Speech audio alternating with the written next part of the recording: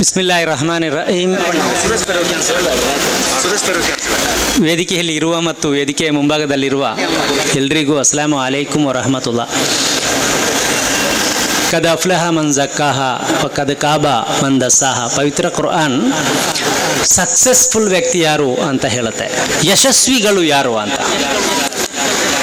ಯಾರು ತನ್ನನ್ನು ಸಂಸ್ಕರಿಸಿಕೊಂಡ್ರೋ, ಯಾರು ತಮ್ಮನ್ನು ಬದಲಾಯಿಸುವುದಕ್ಕೆ ನಿರ್ಧರಿಸಿದ್ರೋ, ತಾನು ಬದಲಾಗಬೇಕು ಅಂತ ಯಾರು ತೀರ್ಮಾನಿಸಿ ಆ ನೆಲೆಯಲ್ಲಿ ಮುಂದುವರಿತಾರೋ ಅವರು ಯಶಸ್ವಿಗಳು ಅಂತ ಪವಿತ್ರ ಕುರಾನ್ ಹೇಳುತ್ತೆ. ಸಾಮಾನ್ಯವಾಗಿ ನಮ್ಮಲ್ಲಿ ಯಶಸ್ಸಿನ ಸೂತ್ರ ಹೇಗಿದೆ ಅಂತ, ನಮ್ಮಲ್ಲಿ ಯಶಸ್ಸು ಅಂತ ಹೇಳಿದರೆ ಏನು, ಸಕ್ಸಸ್ ಅಂದರೆ ಏನು, ಸಕ್ಸಸ್ಫುಲ್ ವ್ಯಕ್ತಿ ಅಂತ ಹೇಳಿದರೆ ಏನು ಅಂತ ಕೇಳಿದರೆ, ಪವಿತ್ರ ಕುರಾನ್ ಹೇಳುವ ಸಕ್ಸಸ್ನ ಮಾನದಂಡ ಮತ್ತು ನಾವು ಇವತ್ತು ಸಕ್ಸಸ್ಗೆ ಕೊಡುವ ಮಾನದಂಡ, ಈ ಎರಡರ ನಡುವೆ ಎಷ್ಟು ದೊಡ್ಡ ವ್ಯತ್ಯಾಸ ಇದೆ ಅಂತ ಹೇಳಿದರೆ ನಮಗೆ ಗೊತ್ತಾಗ್ಬೋದು. ನಮ್ಮಲ್ಲಿ ಸಕ್ಸಸ್ ಅಂತ ಹೇಳಿದರೆ ಆ ವ್ಯಕ್ತಿಯ ಮನೆಗಳನ್ನು ನೋಡ್ತೇವೆ, ಆ ವ್ಯಕ್ತಿಯ ವಾಹನವನ್ನು ನೋಡ್ತೇವೆ, ಆ ವ್ಯಕ್ತಿಗೆ ಎಷ್ಟು ಜಾಗ ಇದೆ ಅಂತ ನೋಡ್ತೇವೆ, ಆ ವ್ಯಕ್ತಿ ಎಷ್ಟು ಪವರ್ಫುಲ್ ಅಂತ ನೋಡ್ತೇವೆ. ನಮ್ಮ ಸಕ್ಸಸ್ನ ಎಲ್ಲ ಮಾನದಂಡಗಳಲ್ಲಿ ಹೇಗಿರುತ್ತೆ ಅಂತ ಹೇಳಿದರೆ, ಭೌತಿಕವಾಗಿ ಆ ವ್ಯಕ್ತಿ ಏನೆಲ್ಲ ಗಳಿಸ್ಕೊಂಡಿದ್ದಾರೋ, ಏನೆಲ್ಲ ಪಡ್ಕೊಂಡಿದ್ದಾರೋ, ಏನೆಲ್ಲ ಅವರಲ್ಲಿ ಇದೆಯೋ ಅದನ್ನು ನೋಡಿಕೊಂಡು ವ್ಯಕ್ತಿ ಸಕ್ಸಸ್ಸು ಅಲ್ವೋ ಅನ್ನುವುದನ್ನು ನಾವು ತೀರ್ಮಾನಿಸ್ತೇವೆ. ಪವಿತ್ರ ಕುರಾನ್ ಹೇಳುವುದು ಹಾಗಲ್ಲ. ಪವಿತ್ರ ಕುರಾನ್ ಹೇಳುವುದು, ಯಾರು ತನ್ನನ್ನು ಸಂಸ್ಕರಿಸಿಕೊಳ್ತಾರೆ, ಯಾರು ತನ್ನನ್ನು ತಿದ್ದಿಕೊಳ್ತಾರೆ, ಯಾರು ಉತ್ತಮ ವ್ಯಕ್ತಿಯಾಗುವುದಕ್ಕೆ ತೀರ್ಮಾನಿಸಿ ಆ ದಾರಿಯಲ್ಲಿ ಮುನ್ನಡೆಯುತ್ತಾರೆ, ಅವರು ಸಕ್ಸಸ್ ಅಂತ ಪವಿತ್ರ ಕುರಾನ್ ಹೇಳುತ್ತೆ. ಪ್ರವಾದಿ ಮುಹಮ್ಮದ್ ಸಲ್ಲಲ್ಲಾಹು ಅಲೈಹಿ ವಸಲ್ಲಂ ಅವರಲ್ಲಿ ನಮಗೆಲ್ಲರಿಗೂ ಗೊತ್ತಿರುವಂತಹ ಒಂದು ಘಟನೆ ಅದು. ಅವರಲ್ಲಿ ಹೇಳ್ತಾರೆ, ಇಂತಿಂಥ ಓರ್ವ ಮಹಿಳೆ ಒಳ್ಳೆ ನಮಾಜ್ ಮಾಡ್ತಾರೆ, ಫರ್ಜ್ ಮಾತ್ರ ಅಲ್ಲ ಉಳಿದ ನಮಾಜ್ಗಳನ್ನು ಮಾಡ್ತಾರೆ, ಸುನ್ನತ್ ನಮಾಜ್ ಮಾಡ್ತಾರೆ, ಉಪವಾಸ ಹಿಡಿತಾರೆ, ಆದರೆ ಆಕೆಯ ನಾಲಿಗೆ ಒಳ್ಳೆಯದಿಲ್ಲ ಅಂತ ಪ್ರವಾದಿ ಸಲ್ಲಲ್ಲಾಹು ಅಲೈಹಿ ವಸಲ್ಲಂ ಅವರಲ್ಲಿ ಹೇಳ್ತಾರೆ. ನಿಜವಾಗಿ ನಮಾಜ್ಗೂ ನಾಲಿಗೆಗೂ ಏನು ಸಂಬಂಧ ಅಂತ ನಮಗೆ ಕೇಳಬಹುದು. ನಮಾಜ್ಗೂ ನಾಲಿಗೆಗೂ ಏನು ಸಂಬಂಧ, ಉಪವಾಸಕ್ಕೂ ನಾಲಿಗೆಗೂ ಏನು ಸಂಬಂಧ? ನಾನು ಒಳ್ಳೆಯ ನಮಾಜಿ ಆಗಿದ್ದೇನೆ, ಒಳ್ಳೆಯ ಉಪವಾಸಿಗೆ ಆಗಿದ್ದೇನೆ, ಸುನ್ನತ್ ನಮಾಜ್ ಮಾಡ್ತೇನೆ, ಈ ಎಲ್ಲವನ್ನೂ ಮಾಡ್ತೇನೆ, ಅಲ್ಲಾಹನು ಹೇಳಿದ ಕುರಾನ್ ಓದ್ತೇನೆ, ಎಲ್ಲವನ್ನೂ ಓದ್ತೇನೆ. ಪ್ರವಾದಿ ಸಲ್ಲಲ್ಲಾಹು ಅಲೈಹಿ ವಸಲ್ಲಂ ಅವರಲ್ಲಿ ಹಾಗೆಯೇ ಓರ್ವ ಮಹಿಳೆಯ ಬಗ್ಗೆ ಚರಿತ್ರೆ ಹೇಳಿದಾಗ, ಬಟ್ ಅವರು ಹೇಳಿದ್ರು ಆಕೆಯ ನಾಲಿಗೆ ಒಳ್ಳೆಯದಿಲ್ಲ ಅಂತ, ಪರಿಸರದವರಿಗೆ ತುಂಬಾ ಕಿರುಕುಳ ಆಗುತ್ತೆ, ಪರಿಸರದವರು ಆಕೆಯನ್ನು ಇಷ್ಟಪಡುವುದಿಲ್ಲ ಅಂತ ಹೇಳಿದಾಗ ಪ್ರವಾದಿ ಹೇಳಿದ್ರು ಆಕೆ ಸ್ವರ್ಗಕ್ಕೆ ಹೋಗಲ್ಲ ಅಂತ. ಅದೇ ವ್ಯಕ್ತಿ ಪ್ರವಾದಿ ಸಲ್ಲಲ್ಲಾಹು ಅಲೈಹಿ ವಸಲ್ಲಂ ಅವರಲ್ಲಿ ಇನ್ನೊಂದು ಕೆಟಗರಿಯನ್ನು ಹೇಳ್ತಾರೆ. ದೊಡ್ಡದೊಂದು ನಮಾಜಿ ಏನಲ್ಲ, ಫರ್ಜ್ ನಮಾಜ್ ಮಾಡ್ತಾರೆ, ಫರ್ಜ್ ಉಪವಾಸ ಹಿಡಿತಾರೆ, ಆದರೆ ದೊಡ್ಡ ಮಟ್ಟದಲ್ಲಿ ಒಳಿತು ಅಂತ ಹೇಳಬಹುದಾದ ಇನ್ನಾವುದೂ ಇಲ್ಲ. ಆ ಮಹಿಳೆಯ ವಿಶೇಷ ಏನು ಅಂತ ಹೇಳಿದ್ರೆ ಆಕೆ ಬಹಳ ಒಳ್ಳೆಯವಳು, ಆಕೆ ನಾಳೆಗೆ ಬಹಳ ಒಳ್ಳೆಯದು ಅಂತ ಹೇಳಿದಾಗ ಪ್ರವಾದಿ ಸಲ್ಲಲ್ಲಾಹು ಅಲೈಹಿ ವಸಲ್ಲಂ ಹೇಳ್ತಾರೆ ಅವರು ಸ್ವರ್ಗಕ್ಕೆ ಹೋಗುವವರು ಅಂತ. ಅಂದ್ರೆ ಪ್ರವಾದಿ ಸ್ವರ್ಗ ಮತ್ತು ನರಕದ ಆ ಕೆಟಗರಿಯನ್ನು ವಿಭಜಿಸಿದ್ದು ಹೇಗೆ ಅಂತ ಹೇಳಿದ್ರೆ ನಮ್ಮ ನಾಲಿಗೆ ಹೇಗಿದೆ ಅಂತ, ನಾವು ಹೇಗಿದ್ದೇವೆ ಅಂತ. ಪ್ರವಾದಿ ಸಲ್ಲಲ್ಲಾಹು ಅಲೈಹಿ ವಸಲ್ಲಂ ಹೇಳಿದ್ರು, ಯಾರು ಉಪವಾಸ ಹಿಡಿದು ಸುಳ್ಳು ಹೇಳ್ತಾರೋ ಅವರು ಉಪವಾಸ ಆಚರಿಸಬೇಕಾದ ಅಗತ್ಯ ಇಲ್ಲ ಅಂತ. ನೀವು ಆ ಕೆಟಗರಿಯನ್ನು ನೋಡಿ, ಒಂದ್ ಕಡೆ ಹೇಳಿದ್ರು ಯಾರ ನಾಲಿಗೆ ಕೆಟ್ಟದಿದೆಯೋ ಅವರು ಸ್ವರ್ಗಕ್ಕೆ ಹೋಗಲ್ಲ ಅಂತ. ಪ್ರವಾದಿ ಇನ್ನೊಂದು ಕಡೆ ಹೇಳಿದ್ರು, ಯಾರು ಉಪವಾಸ ಆಚರಿಸಿಯೂ ಸುಳ್ಳು ಹೇಳ್ತಾರೋ ಅವರು ಉಪವಾಸ ಹಿಡಿದ ಹಾಗಿಲ್ಲ ಅಂತ. ಈ ಎರಡನ್ನೂ ನೀವು ಟ್ಯಾಲಿ ಮಾಡಿದ್ರೆ ಪ್ರವಾದಿ ಸಲ್ಲಲ್ಲಾಹು ಅಲೈಹಿ ವಸಲ್ಲಂ ವರ್ತನೆಗೆ ಕೊಟ್ಟಷ್ಟು ಮಹತ್ವ ಇನ್ನು ಯಾವುದಕ್ಕೂ ಕೊಟ್ಟಿಲ್ಲ ಅಂತ. ನೀವು ಪ್ರವಾದಿಯವರ ಇಡೀ ಬದುಕಿನಲ್ಲಿ ಅವರ ವರ್ತನೆಯ ಬಗ್ಗೆ ನೀವು ನೋಡಿದ್ರೆ, ಪ್ರವಾದಿ ಸಲ್ಲಲ್ಲಾಹು ಅಲೈಹಿ ವಸಲ್ಲಂ ಮತ್ತು ಅವರ ತಂಡ ಮಕ್ಕಾದಿಂದ ಮದೀನಾಕ್ಕೆ ವಲಸೆ ಹೋಗಬೇಕಾದಂತಹ ಒಂದು ಅನಿವಾರ್ಯತೆ ಬರುತ್ತೆ, ನಮಗೆಲ್ಲರಿಗೂ ಗೊತ್ತು.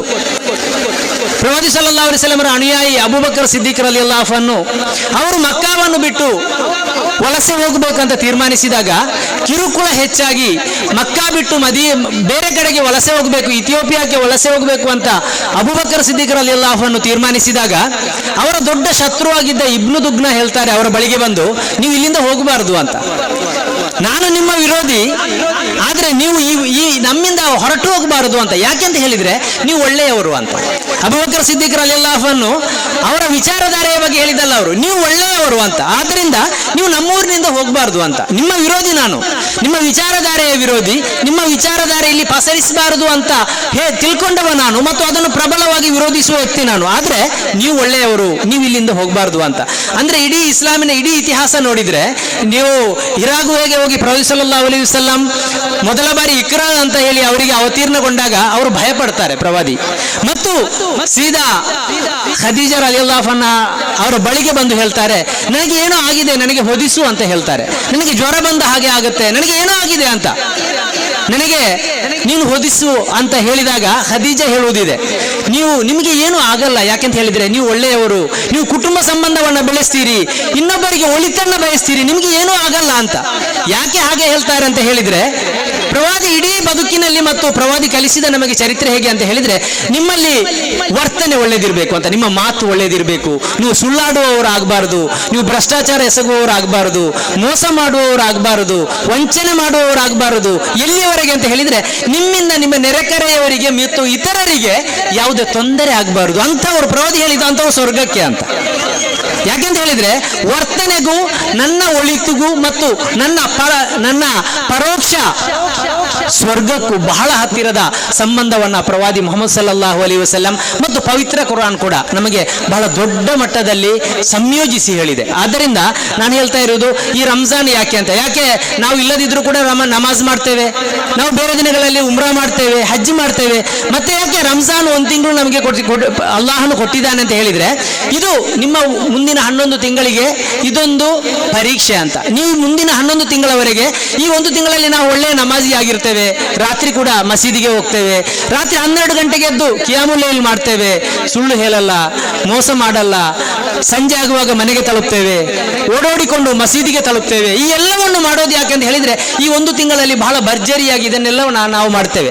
ಅಲ್ಲಾಹನು ಬಯಸುವುದೇನು ಅಂತ ಹೇಳಿದ್ರೆ, ಇದು ಮುಂದಿನ 11 ತಿಂಗಳವರೆಗೆ ಈ ಒಳಿತು ಇರಬೇಕು ಅಂತ, ಇತರರಿಗೆ ನೆರವಾಗುವುದು, ಇತರರ ಒಳಿತಿಗಾಗಿ ಪ್ರಾರ್ಥಿಸುವುದು, ಇದನ್ನು ನೀವು ಮಾಡಬೇಕು. ಹಾಗೆ ಮುಂದಿನ 11 ತಿಂಗಳವರೆಗೆ ನಿಮ್ಮಲ್ಲಿ ಜಾರಿಯಲ್ಲಿರುವುದಕ್ಕೆ 1 ತಿಂಗಳ ತರಬೇತಿಯನ್ನು ಕೊಡ್ತಾ ಇದ್ದೇವೆ ಅಂತ. ಇಂತಹ ಒಂದು ಬದುಕು ನಿಮ್ಮದಾಗಬೇಕು. ಅದರ ಆಚೆಗೆ ಈ ಜಗತ್ತಿನಲ್ಲಿ ಉಪವಾಸ ಹಿಡಿಯುವವರು ಎಷ್ಟೋ ಮಂದಿ ಇದ್ದಾರೆ. 4-5 ಕೆಟಗರಿಗಳಿವೆ ಉಪವಾಸದ್ದು. ಗಾಜಾದ ಮಕ್ಕಳು ನೋಡಿದ್ರೆ ಅವರು ಅನಿವಾರ್ಯ ಉಪವಾಸ ಆಗಿದೆ, ಅವರಿಗೆ 1 ವರ್ಷದಿಂದ ಅವರು ಉಪವಾಸ ಆಚರಿಸ್ತಾ ಇದ್ದಾರೆ. ನಮ್ಮಲ್ಲಿ ವೈದ್ಯರು ಹೇಳಿ ಉಪವಾಸ ಆಚರಿಸುವವರಿದ್ದಾರೆ, ಸ್ವಯಂ ಬೊಜ್ಜನ್ನು ಕಡಿಮೆಗೊಳಿಸುವುದಕ್ಕೆ ಉಪವಾಸ ಆಚರಿಸುವವರಿದ್ದಾರೆ.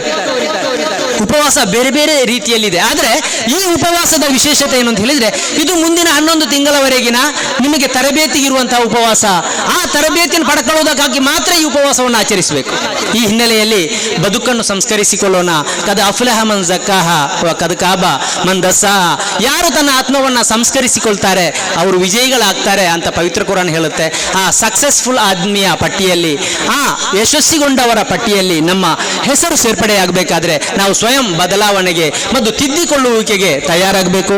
ಅಲ್ಲಾಹನು ಅನುಗ್ರಹಿಸಲಿ ಅಂತ ಪ್ರಾರ್ಥಿಸುತ್ತಾ ನನ್ನ ಮಾತು ಮುಗಿಸ್ತೇನೆ. ವಾಖಿರು ದಅವಾನಾ ಅನಿಲ್ ಹಮ್ದುಲಿಲ್ಲಾಹಿ ರಬ್ಬಿಲ್ ಆಲಮೀನ್. ಅಸ್ಸಲಾಮು ಅಲೈಕುಂ.